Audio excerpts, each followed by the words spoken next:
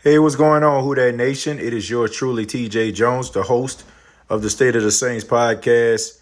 And this is a live Facebook edition of the State of the Saints podcast. I've been basically just doing videos throughout the week. So I thought I'd just take a few minutes to try to possibly answer some of your questions that you may have on the black and gold. But before I get started, I want to give you all a little bit of Saints news. I read an interesting article, and they were talking about wide receiver Emmanuel Butler. Now, if you've been following the Saints in training camp, you know who Emmanuel Butler is. I think he's about a 6'4", 225-pound wide receiver out of northern Arizona. He had a great training camp. People were ranting and raving about the way that he played throughout, the way he practiced throughout training camp, I should say. So everybody was like really, really excited about this guy. They were really excited about what he can bring to the table. He only had like one touchdown, 2 catches for like 20 yards. I think in a game against the Miami Dolphins, if I'm not mistaken. But everybody was kind of really high on him. Everybody was really excited about his progression. Then all of a sudden, like, he gets cut, and then he clears waivers, and the Saints put him on a practice squad, and we haven't heard from him. I mean, they put Lil Jordan Humphreys on the practice squad. I mean, they put so many other players on the practice squad, and they were activated throughout the year. But Emmanuel Butler seemed to stay on the practice squad, and a lot of people were wondering why. Are the Saints doing this? So they did an interesting interview with him. They had I think NOLA.com did an interview with him, and they were talking to him. And he was saying like how he's trying to get better every single day, and how he mirrors Michael Thomas, and how he looks at Michael Thomas, and he tries to learn from him. And a lot of people in the Who That Nation, I seen some comments. People were saying, like, why isn't he on the field? He can't be no worse than what we already have. People are not catching the ball anyway, so why not have a big presence out there? In my opinion, man, I think the Saints are doing the right thing with Emmanuel Butler. This is a kid right here, raw talent, man, 6'4", 225 pounds once again. Has like all the tools in order for him to be what they want him to be. But the thing about it is, what you don't want to do is put him out there prematurely, and then it affects his confidence. And the next thing you know, you have a guy that's basically like a Adrian Ayrton or something like that, or even a Brandon Coleman. Big guys, big physical guys that you had a whole bunch of aspirations for. You know what I'm saying? You had high hopes for, and all of a sudden these guys, didn't live up to the expectations. So I think the New Orleans Saints are doing the right thing. I think that you need to keep this guy on the sidelines, because give him like a red shirt year, man. Like, I mean, it's nothing wrong with that. I mean, especially like you can tell like he just was a raw talent, man. I mean, I don't just watch the ball just go up in the air and the guy just catch it. I mean, there's more to just being a wide receiver than you just throwing the ball to a person and catching it. You got to be able to run routes. You got to be able to understand the playbook. You got to understand, like, if Drew audibles out of a play, what's he audibling it into? You got to be able to block in a running game. I mean, guys getting downfield, you got to make sure that you're able to possibly, get that cornerback or that linebacker out of the way, to make way for your running backs. I mean, it's much more than that. And if the New Orleans Saints feel like he's not in that position, then I'm going to trust the New Orleans Saints, man, because they have made some great decisions throughout the past couple of years when it comes to like drafting players and getting these unrestricted free agents from other teams, and they've done that. So I don't have an issue or a problem at all with any of the things that the Saints are doing. So that's my opening statement, man. That's what I feel about that. I thought it was an interesting article. You can check it out. I think it's on NOLA.com if you want to read it. It's not, not too long. It just talks about, Emmanuel Butler and why the Saints, decided to put him on the side, and also his comments about just being on the practice squad throughout most of the year. I don't really have any more issues when it comes to, the New Orleans Saints, or any stories, I should say. I don't have any problems with that. The thing about it is, I just think that the New Orleans Saints they're heading in a positive direction, despite the fact that, they have some injuries to some key players, Marshawn Lattimore, Andrews Pete on the offensive line, but Nick Easton has stepped up. Really excited to see where the Saints are going to go. Nick Easton has been chomping at the bit to get on the field. I mean, Nick Easton was a former starter in the league. He was signed for this position anyway, to be a guard or a center on the New Orleans Saints team. So I think he'll be ready and excited to play. Deontay Harris, I'm pretty sure he's probably going to miss another game due to injury, but I'm okay with that. The Saints, they got a good record. I know they're 8-2. Ain't nothing wrong with that. And I'm really just excited about seeing where this team is going to go. If you got some injuries, this is the best time, in my opinion, to try to get those injuries. Kind of get them nipped in the bud, so to speak. Man, I'm not trying to see nobody go out there and get hurt, and then the next thing they're missing them during the playoffs and to be key players. You got to give respect and props to the secondary, man, for stepping up in the absence of Marshawn Lattimore. This team right here, you can tell there's a lot of good chemistry on this team. Guys playing for each other, guys love each other.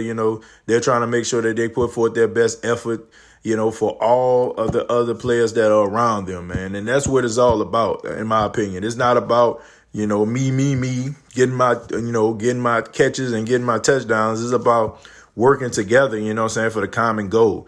A lot of Saints players, were a part of that team last year. They lost in the NFC Championship game, and you can tell that they're playing with that chip on their shoulder. If they continue to do that, then New Orleans Saints are going to really be forced to be reckoned with. I still believe they're the best team in NFC. I think that the New Orleans Saints are a collective group of guys who play for each other. They're not playing against each other. They're not playing for themselves. And when you're doing that, you're going to be successful, no doubt. But if you have any questions or anything like that, you can always comment down below. Let me know what you got to say, and I'll answer your questions. So I'm going to leave it all to you guys. Shouts out to Cody. Cody says, as long as our O-line shows up to play, we good with what we have. O-line play will make us or break us down the stretch. I definitely agree with you on that, Cody. Contrary to popular belief, all the years that the Saints were a passing team, the Saints are no longer a passing team. The Saints are a team that throw the ball to get it downfield, but the Saints are a run-first team, man. I mean, you look at the way that the Saints are structured now, and even last year. I mean, the Saints ran the football, and Drew Brees wasn't throwing the ball all over the place. That's my big issue that I have for the past couple weeks. When you have Drew Brees throwing the ball 36 to 40 times in a game, I'm just not for that, man. You pound the football. And I was just looking at the Indianapolis Colts Houston Texan game last night. Head coach of the Indianapolis Colts, Frank Wright, I mean, he was running the ball, man, with Jonathan Williams. I mean, was he getting like 3-4 yards a pop? Nah, not all the time. But eventually, he started to get those big games because he was wearing down the defense. I think that Sean Payton needs to be patient with the running game. You got three guys, if you want to be honest with you, and Kamara, Washington, and Murray that can run the football. And I feel like you can pound a defense down and also set up the play action and also some of those big plays. A lot of people asking why the big plays aren't there. I think WGNO sportscaster Ed Daniels asked a question why aren't there been a huge selection of big plays? It's because they haven't been patient in the running game. You know what I'm saying? They haven't been patient. I mean, you look at that game against the Chicago Bears when Latavius Murray was running and pounding the rock. I mean, Teddy Bridgewater was able to get the ball down the field. No, I'm not making no controversy talking about Teddy Bridgewater on versus Drew. Don't go there. But what I'm saying is they allowed themselves to be patient. They allowed themselves to try to get those ugly yards because they realized in the long run that the defense of the other team is going to get worn down, and then you will have to respect the running game. So you add an extra person in the box that sets up the play action, and that's where your big plays come from. But as long as you're trying to get the ball down the field, nickel and dime, penny and corner and down the field, I mean, it's not really going to get anywhere. And then you become one-dimensional, and then you put your 40-year-old quarterback, make him successful to big hits. And that's something that we don't want. So I feel like Sean Payton just needs to be a little bit more patient, man. Be patient like you were in 2009. Be patient like you were last year, when the Saints with Mark Ingram and Alvin Kamara were running the football, getting those big plays. Like, be patient. That's all it is to it. As long as you're patient with the running game, understand it's going to get ugly before it gets beautiful, you'll be all right, man, because I don't want to see Drew Brees throwing the ball 45 times in a game because there's no need for that, man. There's no need for it. The Saints have one of the best offensive lines in football. And I know sometimes, they have up and down games and stuff like that, holding penalties, hands to the face. But make no mistake about it, this is a really good offensive line, man. You got two anchors on the left and the right side, with Ramczyk and Armstead, and then you add that with Ward Daddy, Larry Warford. You got the young Eric McCoy coming in, and Nick Easton. I mean, he's no slouch himself. So I think these guys have a recipe to be successful, and I don't want the Saints to get in their own way by overthinking situations. I think Sean Payton does that sometimes. I think he out-schemes himself. I think he out-strategizes himself and make things harder than what it got to be. Great coach, but sometimes I feel like he's not patient enough. You got to be patient with the running game. But thanks, Cody.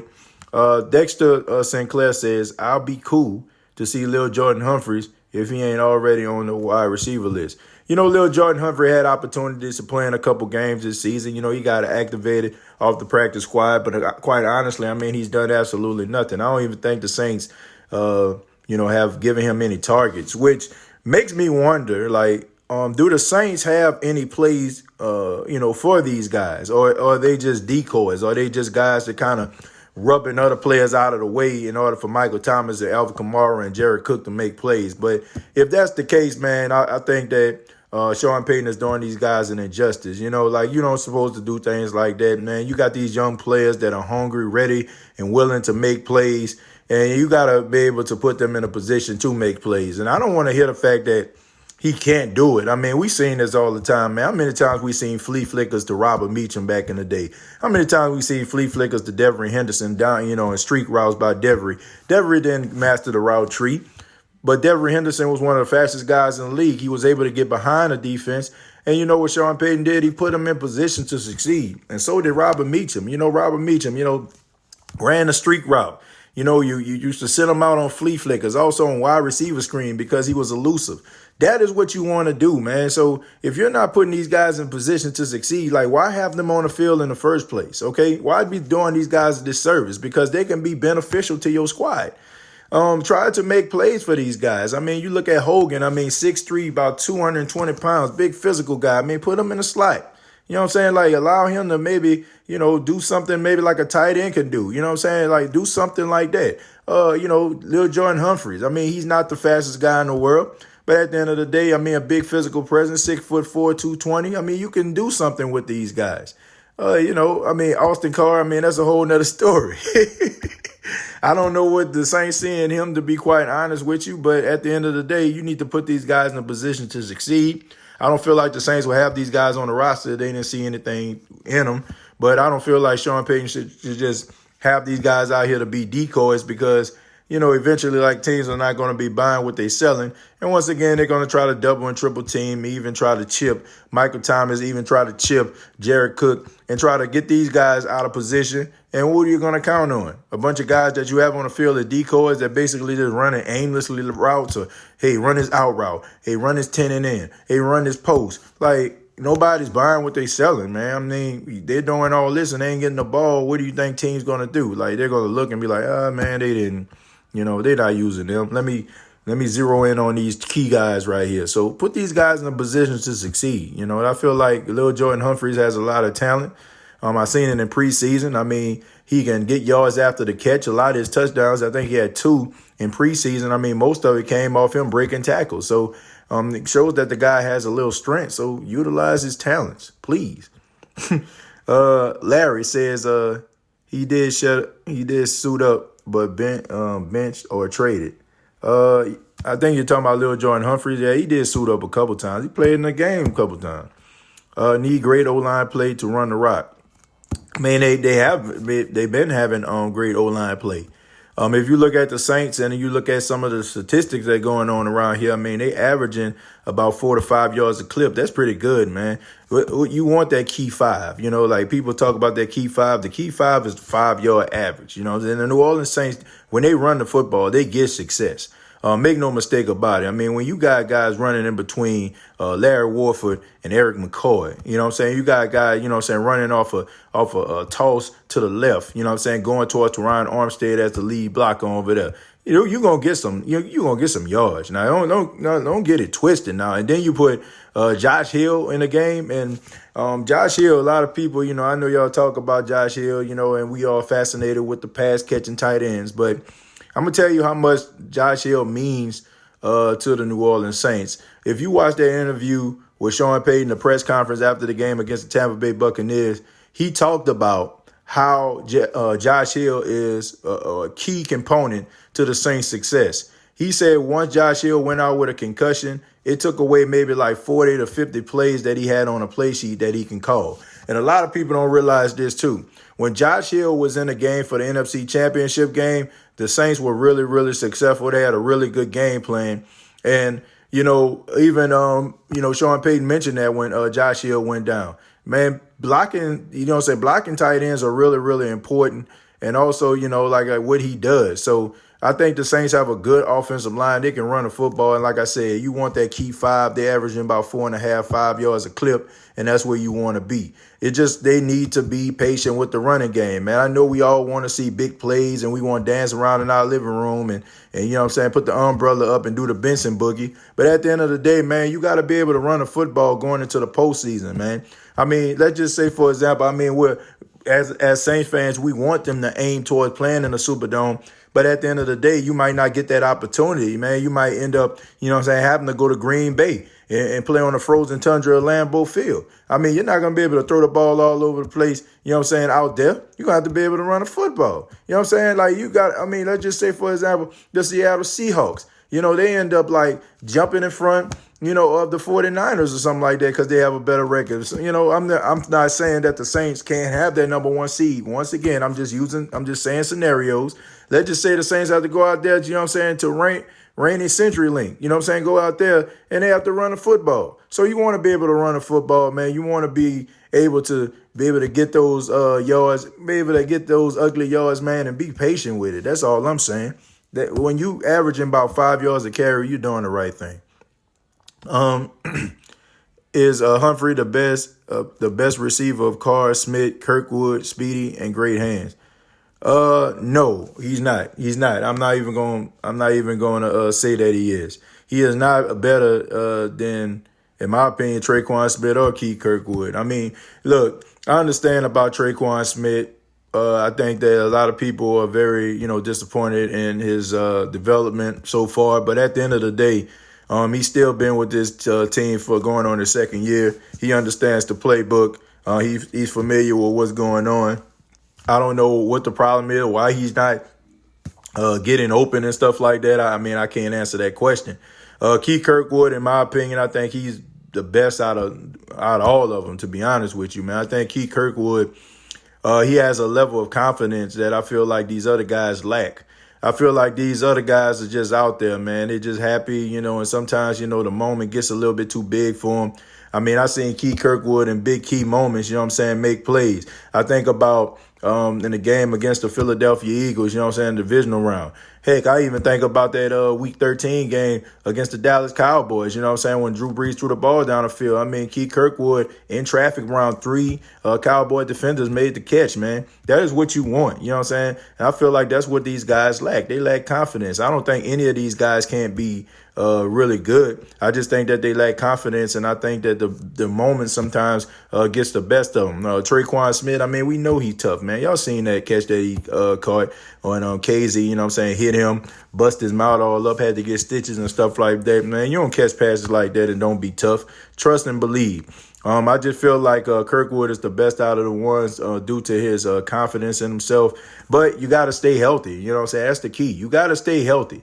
You can be as talented as you want to be, but at the end of the day, are you available for your team? And I know he's been practicing and he's trying to work his way back. And I think last week was his first week back, and I'm pretty sure we're going to see him probably within a couple of weeks, which would be really, really beneficial to the Saints. But when you're missing all those games, man, you're really causing your team a lot of hardship, man, because Teams are investing in you, to memorize the playbook. They've been practicing with you. They've been working with you to try to for you to live up to your expectations. You know what I'm saying, and play to the best of your ability. And when you get hurt, and teams have to go out here in the streets and get guys, that you got to slowly, gradually introduce to the playbook. It kind of stunts the growth of the team and kind of sets them back a little bit. It eventually is going to show. It may not show in wins and losses, but it might show in a play or two in a game that possibly would have been your play that could have been a big one, but you're on the sidelines, not in uniform. So I think that Kirkwood is really good. I think those other guys are really good, but they just need a little bit more confidence. Dexter says he good. Our defense is even better. Yeah, that's true. Our defense is really improved. Outstanding defense, good run defense, ranked in the top 5 in the league. The secondary has really been stepping up. The linebackers are tackling. Kiko Alonso seems like he's seemed to be flying around the field. Probably one of his best games in the Saints uniform was against the Tampa Bay Buccaneers last week. Kiko Alonso is really good. He's been good and left a stamp everywhere he went, from the Buffalo Bills to the Philadelphia Eagles to the Miami Dolphins and now to the Saints. I'm glad to see Kiko Alonso flying around the field because that guy can be a problem, man. I'm telling you, he can be a problem. Like he sticks his head in. He's a big hitter. He can force fumbles. I don't know a lot of people realize this, but he was Defensive Rookie of the Year when he first came in the league out of Oregon. So, the Saints got something special, man. So he's only going to get better. And I think that the Saints have some of the best linebackers in the league right now. As far as short tackling and run support, you can't beat that with a stick. The front four, to me, they kind of fade into black, and for the exception of Cam Jordan. I feel like everybody else is basically just kind of like a deer in the headlights. Marcus Davenport towards the beginning of the season, he was doing some really good things, when it comes to the run support, when it comes to quarterback hurries, but ain't really seen much out of him. Also, Malcolm Brown, I haven't seen anything out of him. Sheldon Rankins, I think a lot of people get this misconstrued, because we look at the great play of an Aaron Donald, or we look at a great play of a Fletcher Cox, and we think that defensive tackles are just supposed to get sacks, in bundles, but that's not the case. A defensive tackle job mostly is just to stop the run.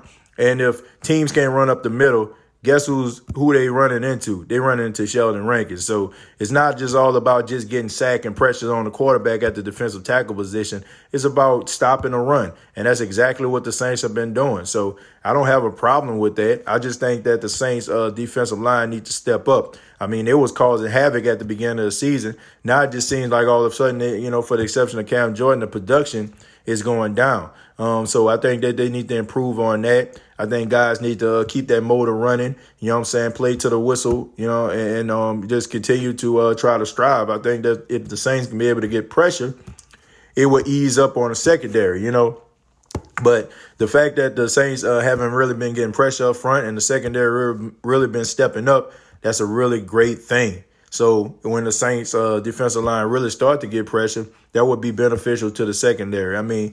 Each lane and each level helps each other. So I want to see more out of the defensive line of the New Orleans Saints. They kind of sputtering at the moment. Even against the Falcons, they ran only 9 times. The other game, they were averaging at least 23 runs a game. Keith, yes, that's a great point. And that's exactly what you want to do. I said on the State of Saints podcast, I think maybe like a couple of days ago, I think that the New Orleans Saints need to run the ball between 23, even 30 times. You know what I'm saying? When you got some studs like Kamara, Murray, and Washington, in my opinion, I think you need to run the football. Not only does it help the passing game, but it also helps you control the time of possession. I just think that the New Orleans Saints game plan of the Atlanta Falcons was just absolutely wrong. I think that the Atlanta Falcons did a lot of things the Saints weren't expecting. It had a lot to do with the fact of the changes on the defensive coaching side. You had Raheem Morris, who was one of the defensive coordinators. He ended up moving to the secondary. You had another couple coaches that was on defense. They were let go and guys were kind of mixing it up. So it was like the Falcons went back to the basics. So I don't think the Saints were ready for that. Now you got some tape. You understand, for the last 2 weeks, the Atlanta Falcons have been doing some great things. They've been forcing pressure. Tag McKinley, Vic Beasley and all them boys out there, they've been really just getting pressure on the quarterback. So now you have an understanding of what they're going to do for the next time you play them on Thanksgiving. But I do think that the Saints, they just thought that they can pass on the Atlanta Falcons, rightfully so. I mean, when you're ranked 31 or even 32 in the league in passing, I mean, teams are going to go out there trying to pass the ball. The problem is they tried to pass the ball way too much that they got away from the running game. And I feel like it wasn't such a blowout of a game that they weren't running the football. I just think that Sean Payton, once again, he out-schemes himself sometimes. He out-thinks himself sometimes. He out-strategizes himself. And when you're doing stuff like that, I mean, you basically are causing your team to lose. I think that was probably one of the worst coached games of the season for Sean Payton and his coaching staff. I don't think those guys were prepared for what the Atlanta Falcons were throwing at them. And honestly, man, when you combine the fact that a team know that they're not going to the playoffs, desperation comes into it. So I tell people all the time, man, I mean, give you a little spoiler before I talk about this game, this prediction game, but I think we're going to have a game similar to the Seattle Seahawks 49ers game out there on Monday Night Football, man. They went into overtime. I think it's going to be one of those games, man. When you got a team that's desperate, the only job that they want is try to spoil teams and make other teams as miserable as them. I mean, that's a problem. But at the end of the day, Keith, I agree with you, man. Running the ball 9 times is not acceptable. Most times, if you're running the ball 9 times, you're not going to win a football game. You got to have some balance, man. You got to have some balance. And I think that's the key to being victorious in the National Football League. Man, the Patriots talking about getting Brown back.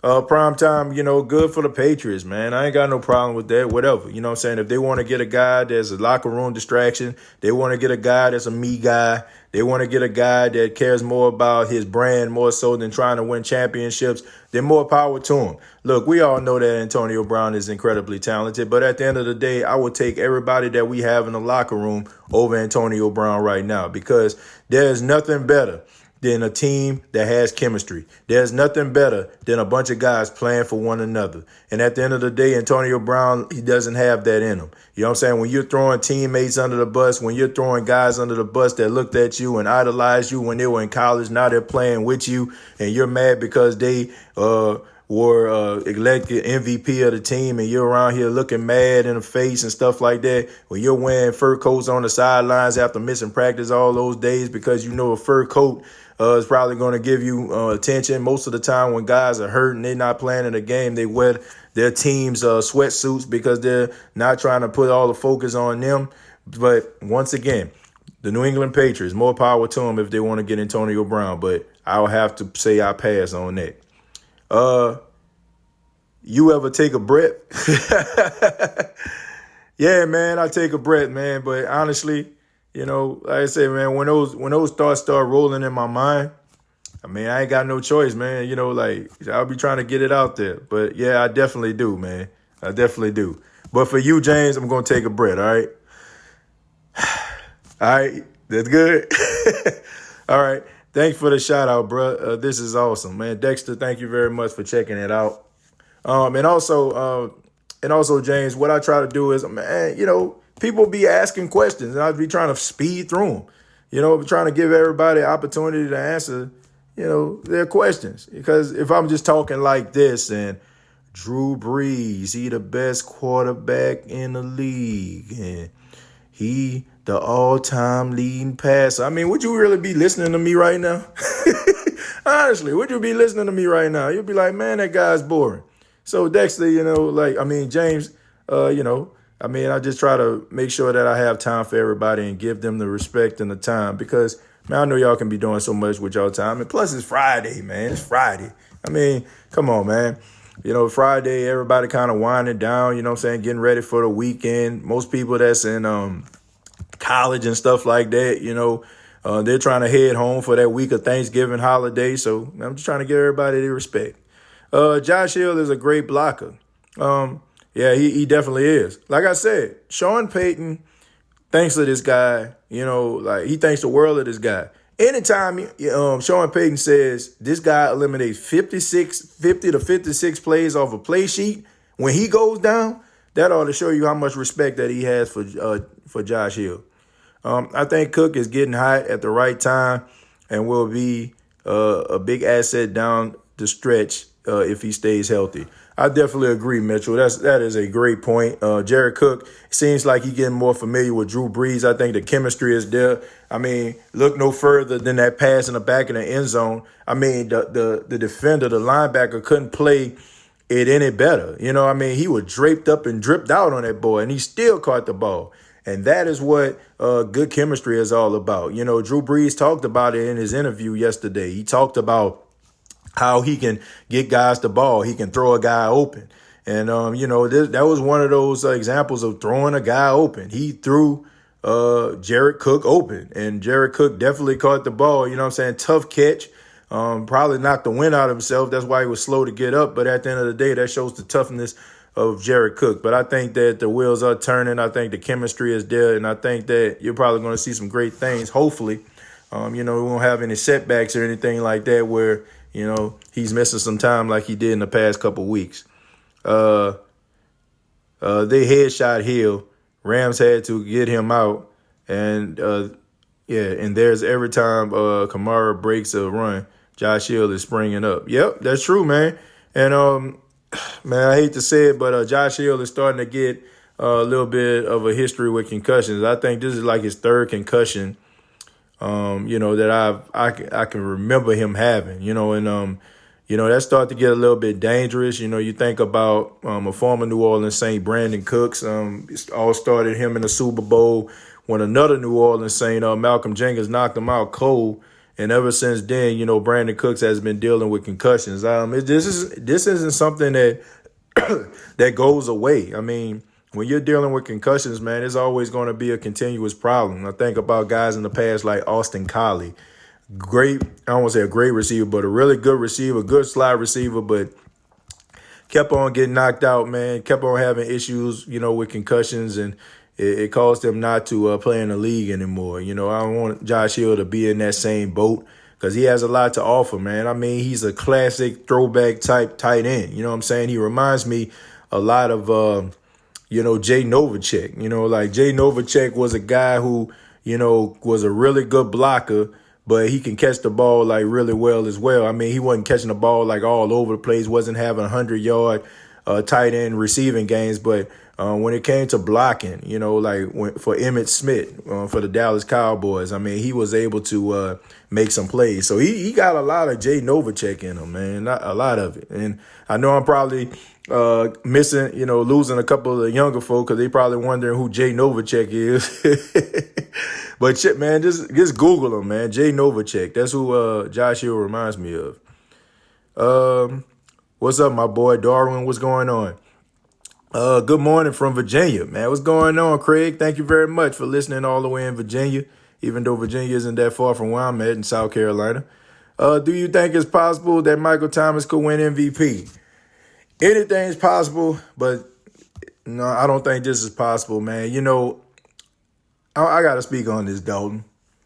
The MVP trophy is so biased, and so is the Heisman Trophy. I feel like these awards are given to, they try to get this award to the best quarterback, because they know the quarterback is the most polarizing, figure on the team. They don't look at the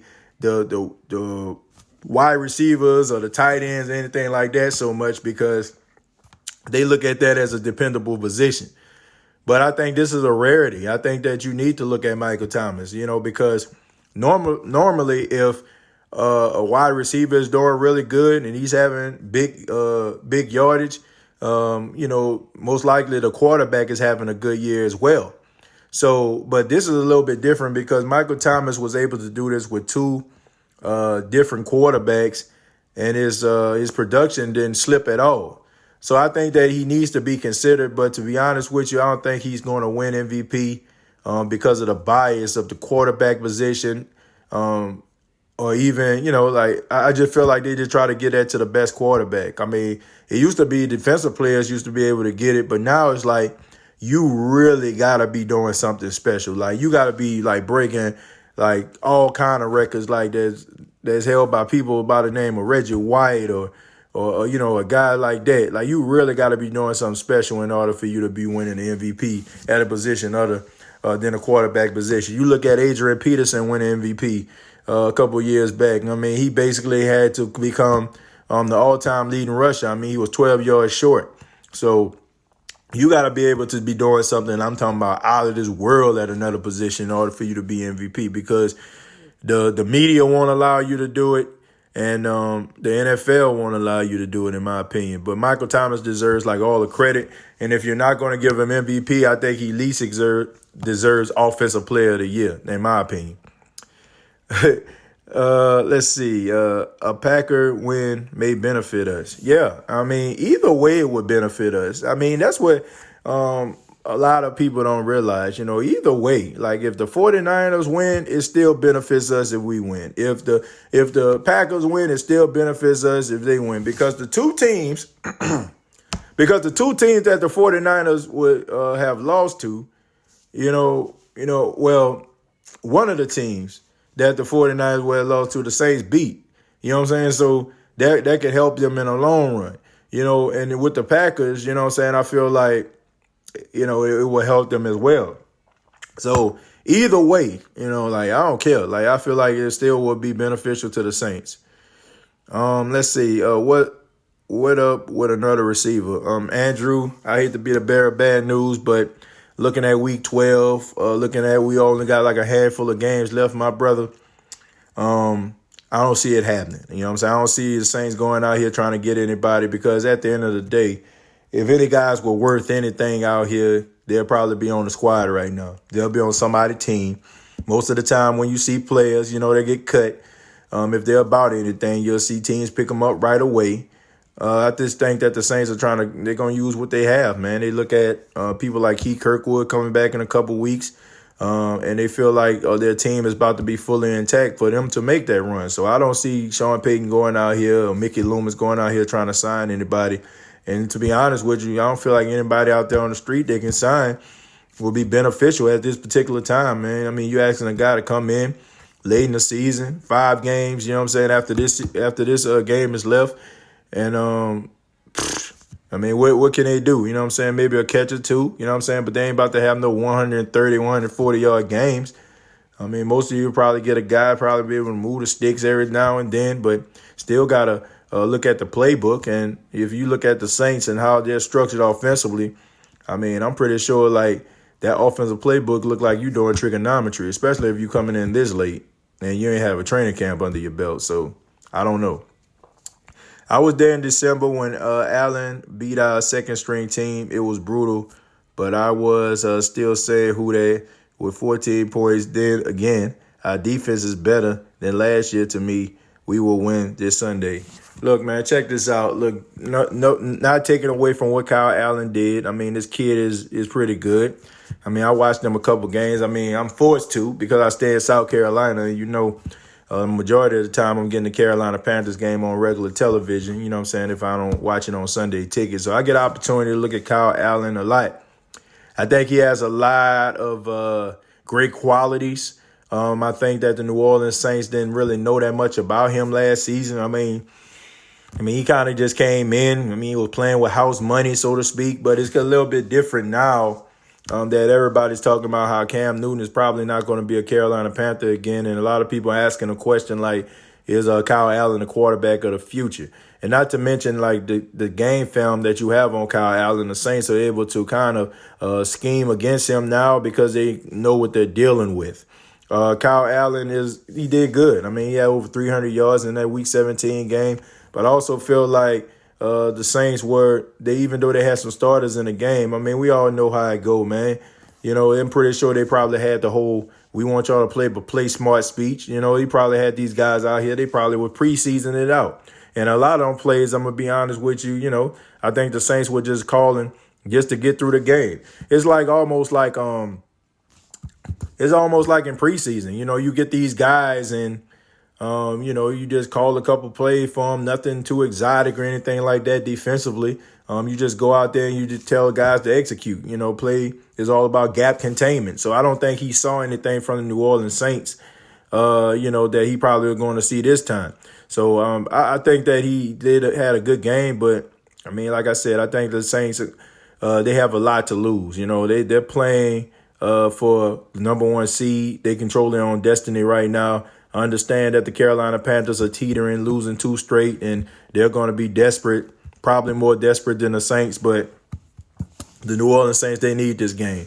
I mean, if you lose this game, that'll be 2 straight home losses, and everybody's been talking about the Superdome and how hard it is to play in the Superdome, but you don't want to give teams confidence, man, thinking that, oh, man, look, they lost to Carolina Panthers and a 1-7 Falcon team. You don't want them to give them that confidence. Then they'll be like, man, well, maybe the Superdome not as bad as you think. So all those players that's coming out there, well, I won't say players, all those fans that's coming to the game, man, I need y'all rowdy. Like, look, I'm sorry, man, but the 1 o'clock crowd is not louder than those primetime, those 3 o'clock games or those primetime games, man. The 12 o'clock, Central, 1 o'clock Eastern time fans, y'all need to bring it. Like, if you're going to the game, man, you can't be sitting on your hands. You got to make things difficult for a team. I feel like with the Atlanta Falcons, team, I'm going to be honest with you. I think that had a lot to do with the fact that most people were probably hungover because of that LSU win. I think a lot of people were so excited that LSU beat Alabama. They probably drunk all night, then got up and went to the Superdome, probably half hungover. Let me go ahead and check out these Saints. But, man, y'all got to bring it. Like, for real, if you're going to the game, man, like, I need you to bring it. I need to hear some noise, man. I need them to put that decimal meter up because I don't even think they put it up in the game. Usually they put it up because of how loud it was. They need to bring it. The Saints fan need to bring it. If you're going to the game and you're going to be quiet, man, just go ahead and get your ticket to somebody else that's going to be rowdy, man, and make it problematic for the Carolina Panthers. Please. Could Cam Newton possibly come to the Saints? No. And Cody says, I'll be there in section 535. Well, Cody, man, good luck to you, man. Hope you make so much noise you lose your voice on Monday, my friend. But that is all your questions, man. And I want to say thank you all for checking out the State of the Saints podcast, live Facebook edition. We're going to be going live on tomorrow on YouTube, youtube.com, search The State of the Saints podcast. I'm going to give you the prediction of the Carolina Panthers versus New Orleans Saints Week 12 game. You will not want to miss that. So please subscribe to the YouTube channel, youtube.com, search The State of the Saints podcast. Make sure that you don't just subscribe, but hit that bell for notifications so every time I put up a video, you'll be the first to get it. And also, man, if you don't follow this page, please do. We're on a roll right now, man. We are, I think, maybe like 300 followers away from 10,000 followers on the State of the Saints podcast page. And, I cannot thank you all enough for what you do. To take time out is always extremely humbling. And I just want to say thank y'all. But I got to take this phone call. So I want to say thank you all for checking out the State of the Saints podcast. And like always, I am TJ Jones. And all I got to say is, who that?